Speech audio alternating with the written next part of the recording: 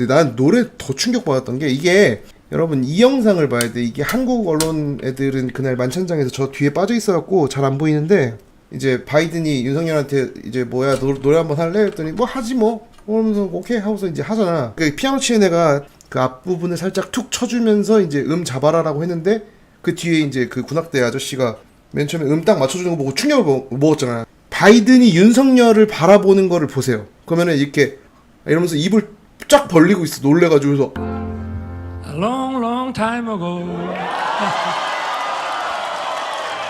I can still remember how that music used to make me smile. 놀라운 거야. 얘네들은 이 바이든의 눈에서 꿀이 존나 떨어진 거야. 그래서 왜 그러지 했더니 이 노래 자체가 그 여러분 그 노래 알아요? 빈센트? 우리나라에서 유명한 Starry Starry Night 그 노래 부른 사람의 노래야. 근데 걔가 고생 졸라 하다가 빌보드 차트 1위를 했던 1970몇 년대에 빌보드 차트 4주 동안 1위를 했던 8분짜리 노래예요. 그래서 최근에 그 기록이 깨졌는데 빌보드 차트에서 가장 오랫동안 깨지지 않은 가장 긴 곡 8분이면 대곡이거든요. 보통 이제 4분짜리도 미국 라디오에서는 라디오 에디트라고 해갖고 중간이나 전주 같은 거 다 잘라버린 다음에 3분대에서 모든 걸 끊으려고 한단 말이에요. 근데 8분짜리 노래가 빌보드 차트 1위를 했다. 이건 좀 충격적인 거거든. 그러니까 그 퀸이 맨 처음에 이제 보헤미안 랩소디 냈을 때 그 소속사에서 계속 뭐라고 이제 지랄했던 게 뭐였냐면 이렇게 길면 라디오에서 이걸 틀어주겠냐였어. 근데 프레디 머큐리가 아이씨 뭐야 꺼져 병신을 할 거야 이렇게 해갖고 이제 그게 대박이 난 거잖아요. 어쨌든 그 노래를 불렀는데 노래 부르는 거 보면서 더 충격을 먹었던 게 이 노래는 굉장히 어려운 노래예요. 이게 왜 굉장히 어렵냐면 여러분들 그거 보셨어요? 원스 노래에서 제일 유명한 게 Falling Slowly잖아. Falling Slowly는 어려운 노래가 아니야. 왜냐? 땅땅땅땅땅 하고 땅땅땅땅 땅땅땅땅땅 맺고 끄짐이 굉장히 정확한 노래예요. 그래서 어려운 노래가 아니야. 가성이 좀 되고 발성만 좀 되면은 굉장히 쉽게 연주도 어렵지 않아. 원스 노래에서 진짜 어려운 노래가 하나 나와요. 그 노래가 Broken Hearted Hoover Fixer Sucker Guy 라는 노래인데 그 여자애랑 걔 누구야? 글렌 한사드가 막 이렇게 친해질 때 노래 하나 불러준다면서 기타 메고서 10 years ago I fell in love with an Irish girl. She took my heart, but until then I'm just a sucker of a guy. 근데 요게 이제 음유시인이라는 표현 아시죠? 그러니까 지가 부르고 싶은 대로 그러니까 가사를 지가 그냥 막 읊조리듯이 내면서 거기에 멜로디를 맞추는 거라서 이거는 본인이 아니면 부르기가 되게 빡세거든요. 가령 이거를 진짜 잘하는 애가 누구죠? 그 감자처럼 생긴 새끼? 에드 시런이 이런 노래를 되게 잘 만들어요. 그러니까 에드 시런이 자기 이야기를 노래를 만들잖아요. 얘가 실제로 어렸을 때 있었던 이야기들을 자기가 일기처럼 썼던 거를 그냥 자기가 그냥 코드에다 막 집어넣은 거거든. 그러니까 에드 시런 노래는 코드 진행이 굉장히 쉬워. 연주가 되게 편하단 말이야. 근데 가사가 진짜 어려워. 그러니까 왜냐면 지가 있었던 일을 그냥 툭툭툭툭 던지는 거란 말이에요. 근데 지금 이 아메리칸 파이가 기본적으로 앞소절과 후렴구가 좀 완전 다른데 앞소절은 진짜 그냥 읊조리듯이 툭툭 던지는 노래예요. 이해하시겠어요? I don't know you but I want you 음표 한 개마다 한 음절씩 나오는 요런 이렇게 좀 규격화된 노래가 아니고 툭툭 던지는 거야. 밥 딜런이 하듯이. 그때 그게 이제 유명했던 그런 장르 중에 하나 있고 포크 중에서도 툭툭 던지는 게 음유시인이라고 하잖아. 제니스 조플린이 뭐 이런 애들. 근데 그거를 부르는데 내가 너무 충격을 받은 거지. 아니 이걸 부른다고? 그러니까 내가 너무 어이가 없는 거야. 그러니까 우리나라는 그런 음유시 같은 거는 우리나라에서 음유시가 뭐가 있을까? 음유시인이라고 부를 수 있는 노래. 그거 담배가게 가시. 우리 동네 담배가게는 이렇게 하는 게 우리 동네 담배가게는 아가씨가 예쁘다네. 온 동네 청년들이 너도 나도 기웃기웃기웃 그러나 그 아가씨는 흥콧방귀. 이게 진짜 어려운 노래. 장기야 이런 노래. 어려워. 이런 노래였단 말이야. 아메리칸 파이가 굉장히 까다로운 노래를 골라서 불렀다? 그러니까 바이든이 놀란 거지. 바이든이 몇 살이야? 1940년생이잖아요. 근데 이 노래가 빌보드 차트 1위 했을 때면은 1970년대 후반이니까 30세 됐을 때 바이든이 한참 뭐 일할 때 30살 됐을 때 빌보드 차트 1위 했던 노래야. 그거를 이제 가령 우리나라 원조를 많이 받아서 살아난 나라가 누가 있지? 감비야? 잘 모르겠는데 우리나라가 되게 원조를 잘 해줘가지고 잘 컸던 나라가 우리나라에 딱 놀러 왔어. 딱 왔는데 갑자기 노래 한 곡 하시죠? 했더니 노래요? 뭐 하죠 뭐. 윤복희 여러분 약간 이런 느낌이야. 왜냐면 아메리칸 파이의 이 가사가 뭐냐면 그 버디올리라고 옛날에 그러니까 우리가 락 밴드를 딱 생각하면 4명 5명 정도 되잖아요. 이제 신디사이저가 있으면 게이고 기타 하나 베이스 하나 드럼 하나 보컬 하나인데 보컬에다가도 이제 기타를 빼서 4인조 락 밴드가 원래 기본이죠. 뭐 3명짜리도 있지만 근데 그거를 만든 그 시스템 락 밴드라는 시스템을 약간 정착시킨 게 버디올리야. 근데 그 사람 죽고 또 락앤롤 스타들 50년대 60년대 락앤롤 스타들이 죽었던 거를 기리는 그래서 우리가 되게 그 대공황을 이겨내고 풍요로운 삶을 살고 그때 막 놀았던 그 시대를 추억하고 위로하는 노래가 이 아메리칸 파이라는 노래야. 그래서 이제 가사를 보면 뭐 호밀 위스키 먹는 얘기부터 시작하고 별의별 얘기가 다 나와. 그러니까 위로곡이란 말이야. 청춘에 대한 위로곡. 근데 생각해봐. 우리가 원조를 되게 많이 한 어떤 가난한 나라가 이제 좀 컸다고 이제 까불까불 하다가 우리나라에 왔어. 왔냐? 그래서 야, 저 청와대에서 밥이나 먹자 해서 밥을 딱 해주는데 이제 만찬장에서 야 너 노래 할 줄 아냐? 했더니 노래 한대. 그래서 노래 좀 한번 해봐 했더니 내가 마냥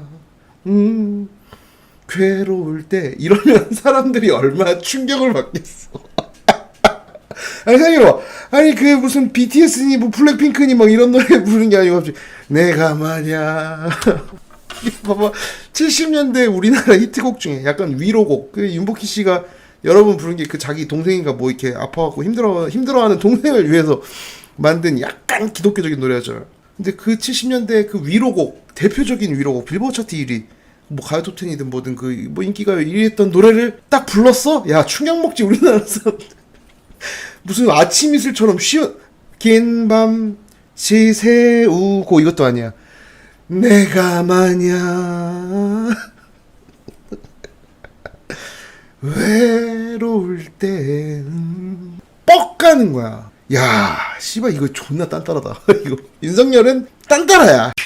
처음에 저는 그 블랙핑크 이거 부르는 거 가지고 뭐 이렇게 왔다 갔다 할 때 문제 생겨서 뭐 저기 뭐야 안보 수석인지 뭔지 누가 잘리는 거 아니냐 라고 했을 때 사람들이 에이 설마 블랙핑크 때문에 잘렸겠어? 라고 생각을 했지만 저는 이게 굉장히 크다는 걸 알고 있어요. 자, 대한민국이 지금 전 세계에서 우리는 이제 돈만 생각하지. 그러니까 이제 우리나라 GDP랑 뭐 경제 뭐 이런 거 해가지고 전 세계 10위권에 이제 선진국이라고 보통 우리가 얘기를 하는데 선진국의 요건에는 굉장히 중요한 것 중에 하나가 문화 자본인데 제가 봤을 때는 우리나라가 지금 갖고 있는 그 자본이 많은 문화 자본도 있고 뭐 경제 자본도 있고 뭐 많을 거 아니에요? 우리나라의 모든 걸 다 통틀어서 가장 지금 강력한 자본은 문화 자본입니다. 특히 팝 문화 자본이 대한민국이 전 세계에서 콘텐츠가 1위예요. 1위.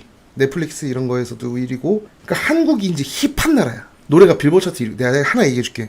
문재인 때 그 무슨 한 아세안 무슨 뭐 축제한다고 고민정이 뭐 미얀마 싱가포르 뭐 이러면서 노래를 만들어갖고 뭐 청와대에서 이렇게 올렸어. 근데 자막 표기에 싱가포르라고 표기를 해야 돼요. R이니까. 근데 싱가폴이라고 3글자로 쓴 거야. 아 싱가폴. 상대방 국가 이름을 그렇게 쓰면 진짜 잘못된 거거든요. 그래서 내가 이거 수정을 해라 라고 청와대에다 전화해서 이거 수정해라. 외교부에다 전화해서 수정해라. 근데 안 해. 국민신문고로 민원을 넣었어. 안 해. 이유가 뭔 줄 알아? 유튜브는 기본적으로 영상 수정이 안 돼요. 삭제했다 다시 올려야 돼. 청와대에다 이거 삭제하고 올려라 그랬더니 이미 2만 명 정도가 봤기 때문에 이걸 내릴 수 없대. 이게 미친놈들이에요. 미친놈들입니다. 지난 정권의 청와대는 미친놈들이었어요. 2만 명이 이미 봤기 때문에 싱가포르에 대한 예의보다 2만 명 조회수가 더 중요하다고 판단을 한 거예요. 미친놈들입니다. 그래서 이제 제가 알아봤어요. 그랬더니 유튜브는 절대 영상을 수정해주지 않습니다. 근데 수정을 해준 사례가 제가 알고 있는 게 딱 한 건 있는데 그게 블랙핑크예요. 이게 얼마나 무서운 건지 아세요, 여러분? 대한민국 정부에서 수정을 요청해도 안 해주던 걸 블랙핑크가 수정 요청을 해달라고 하니까 해줬어. 그게 뭐냐? 무슨 옛날에 간호사 복장 있잖아요. 간호사 복장 문제 터졌을 때 YG가 유튜브한테 야 이거 영상 수정해줘 라고 했더니 유튜브가 영상을 수정해줬습니다. 그러니까 유튜브 본사 입장에서는 대한민국 청와대에서 우리한테 부탁하면 꺼져 병신아 이렇게 하는데 블랙핑크가 수정해달라고 하면 쫄아갖고 해준다는 거예요. 이게 대한민국의 정치나 경제보다 문화, 특히 이제 컨텐츠 업계가 훨씬 더 위에 있다는 걸 단면적으로 보여주는 거예요. 왜냐?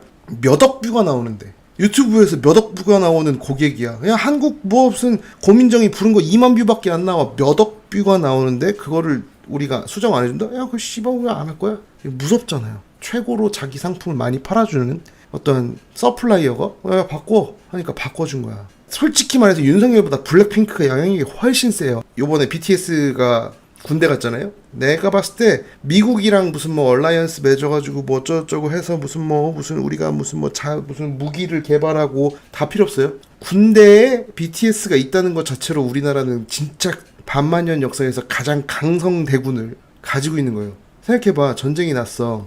BTS가 차출된다고 해봐. 전쟁이 나겠니? 안 나겠니?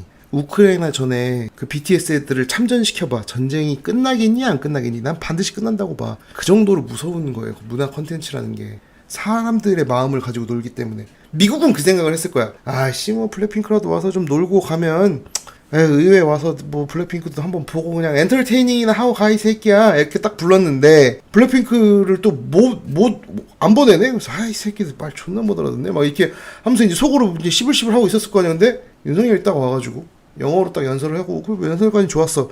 근데 밥을 먹는데 갑자기 윤복희의 여러분을 불렀다. 그래서 너무 충격인 게 그게 한 1분 정도 불렀잖아요 앞부분.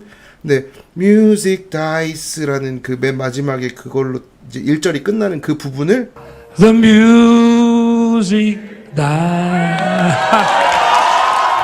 합창을 하더라고. 미국 애들이 합창을 해주더라고. 나는 거기 있는 만찬장에 초대받은 사람들이 대부분 CEO나 각 업계에서 난다긴다 하는 사람들이 왔었잖아요. 근데 거기서 다 같이 합창을 했어요. 그래서 저 너무 충격받았어요. 바이든이든 뭐 청와대에 있는, 그러니까 청와대 백악관에 있는 애들한테 불핑 공연을 볼래? 아니면 윤석열이 그 미국의 윤복희 여러분 부르는 거를 볼래라고 하면 미국 사람들은 100% 블랙핑크가 아니고 윤복희 그 아메리칸 파이를 굉장히 잘 소화하는 윤석열의 공연을 볼 겁니다. 걔네들은 그 간지를 아는 애들이에요. 그 블랙핑크 뭐 이것도 있지만 그런 50년대 60년대 우리가 대공황을 이겨냈을 때 그 풍요로운 락앤롤 시대의 그 송가, 그거를 외국에서 온 대통령이 굉장히 부드럽게 소화를 했다? 그거는 뭐 상대방 문화에 대한 존중. 락앤롤이라는 게 사실 그 사람들이 봤을 때 딴따라 문화긴 하지만 어떻게 보면 영국이 전 세계를 지배했던 그 락 씬을 뺏어올 수 있었고 계속 뺏기지 않는 그 컨트리 음악이라는 그 장르를 미국에서요 뭐 댄스 뮤직 이딴 거 다 필요 없이 컨트리 뮤직이 넘버원입니다. 근데 그런 한 어떻게 보면 그 애환과 미국의 짧은 역사를 모두 담고 있는 그 포크송 거기에서 가장 유명한 곡을 윤석열이 부른다. 둘 중에 하나 택해라 그러면 윤석열이 부르는 아메리칸 파이를 들을 가능성이 굉장히 높다 이렇게 봅니다. 미국이란 그 문화를 이해한다고 하면.